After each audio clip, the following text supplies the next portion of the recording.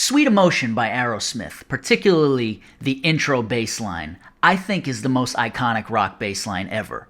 Now, you might disagree with me on that, and that's fine.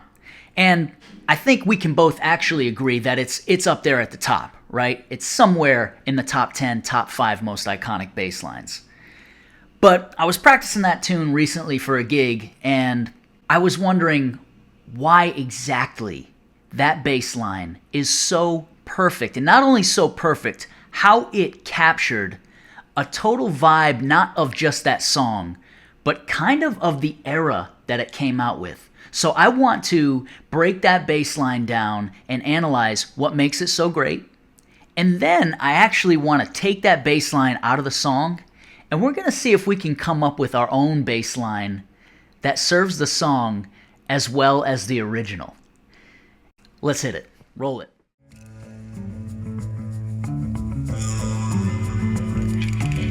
Just hearing this bass line, it's so addicting to hear. I just want to grab the bass and play it.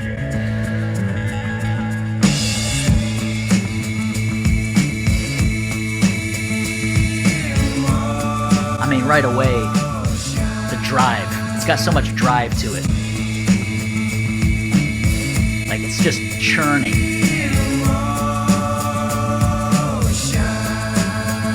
Okay, that's really interesting. That's really interesting.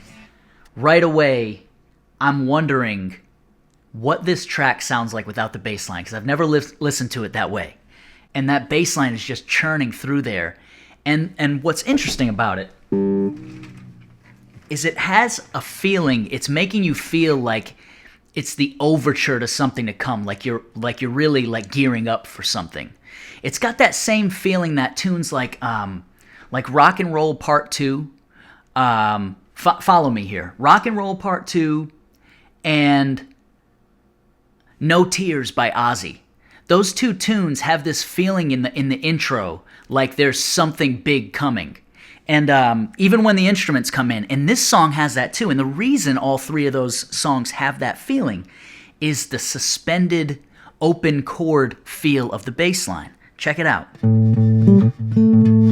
Playing the root, the seventh, the flat seventh, and the octave. It has no tonality yet. It's not major or minor, right? It's just those notes. And then another sus note, another suspended note, and then finally landing on the major. That suspended sound gives it such a feeling of like a cinematic overture feeling, right? And that eighth note feel.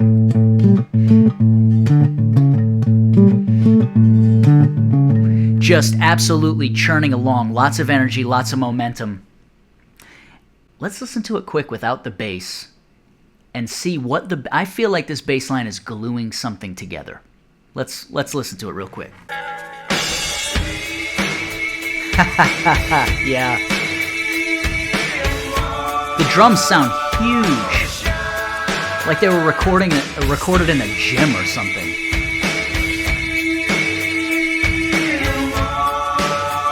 Okay, yeah, it is gluing something together. This is interesting. It's gluing together these arena rock drums, like highway driving drums that are just pushing us. So much energy, so much of that reverb, right? And then the vocals on the other side, very creamy, bending, psychedelic, swirling sound. There's even some vocal tracks that kind of come in like he sang like a crescendo and then came out if you really listen to it. Very, very psychedelic. This is going to sound like corny, but it's true. The bass line is sitting between the psychedelic sound that came out of the 60s, that like trippy sound in the vocals, and the arena rock, heavy metal, Zeppelin, Boston, all those sounds in the drums. And that bass line is sitting right in between it. It's why it's so perfect. And like I said, combined with that suspended sound, like it's getting you ready for something. That's why when this song drops into that first verse, it's so strong. It's perfect. It really is perfect. Man. Let's take the bass line out and see what we can come up with. Let's ruin it. Let's ruin this whole thing. And ruin it he did. Oh, hey, it's me in the future. Let me walk you through this, because I tried a bunch of things on this. So first I tried just laying it down with eighth notes to see how that would feel.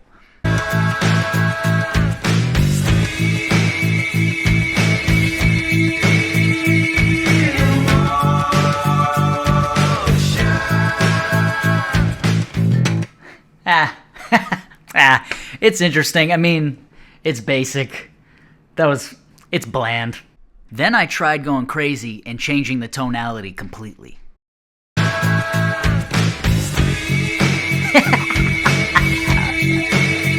This sucks.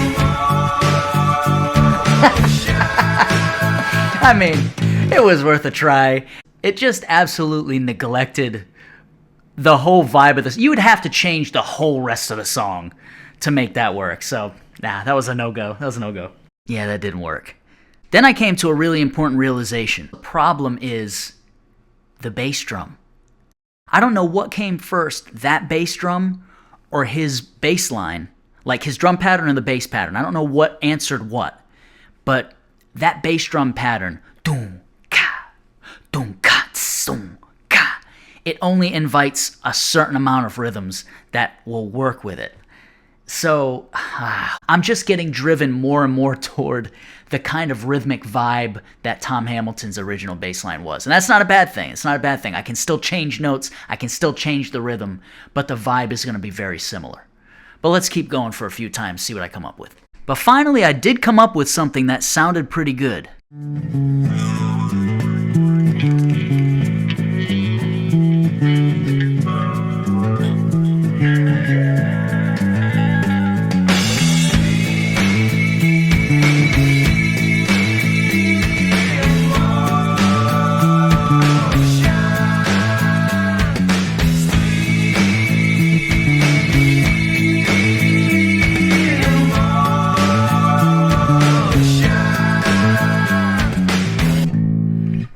All right, let's hit her back.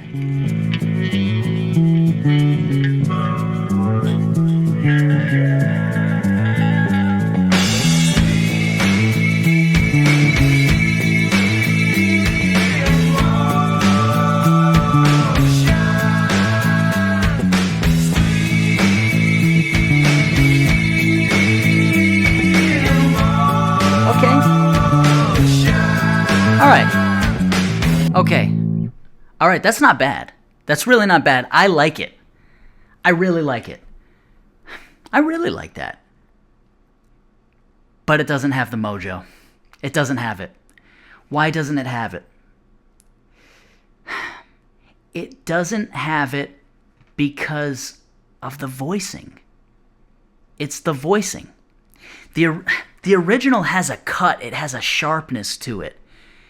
It doesn't... Mine sounded fatter, but the original has that, it's got that cut. There's more energy. Without being obnoxious, mine sounds too heavy. I think, in my opinion, it's the register. I was using the low A and kind of the middle register, whereas the original's using the high A and using the higher register. It's got a sharpness to it that mine is missing, and it just works better in the song. It's why it's iconic and mine is functional, right? Mine sounds good. I really like it. But the original, the voicing is so much better. By the way, if you want to learn more about how to voice your bass lines on different tracks, go ahead and watch that video right there. I've got a whole video dedicated to it. It changes everything. But Tom Hamilton's voicing on that bass line totally makes it. That might be the secret to that bass line, is the fact that he's in the upper octave. I wonder if that was a decision from the beginning, or I wonder if they came up with that as they went along. If anybody knows the answer to that, like the process they had in the studio, I don't know if that's ever been talked about. Let me know in the comments. But man, Tom Hamilton, hats off to you, sir. That bass line is so perfect. It's so perfect. hey, I'll give myself a little bit of credit. I think that last one I came up with is functional. I think it serves the song. I don't think it's bad. I think it's pretty darn good. But it ain't the original. So, anyway, that was fun. Hey, if you guys liked what you just heard, if you're interested in learning more about technical studies on the bass, music theory on the bass, go ahead and subscribe to my channel. I'm always putting videos out about that stuff. And, yeah, like the video, help me with the algorithm. Really appreciate you guys. Thanks for watching. I'll see you on the next one.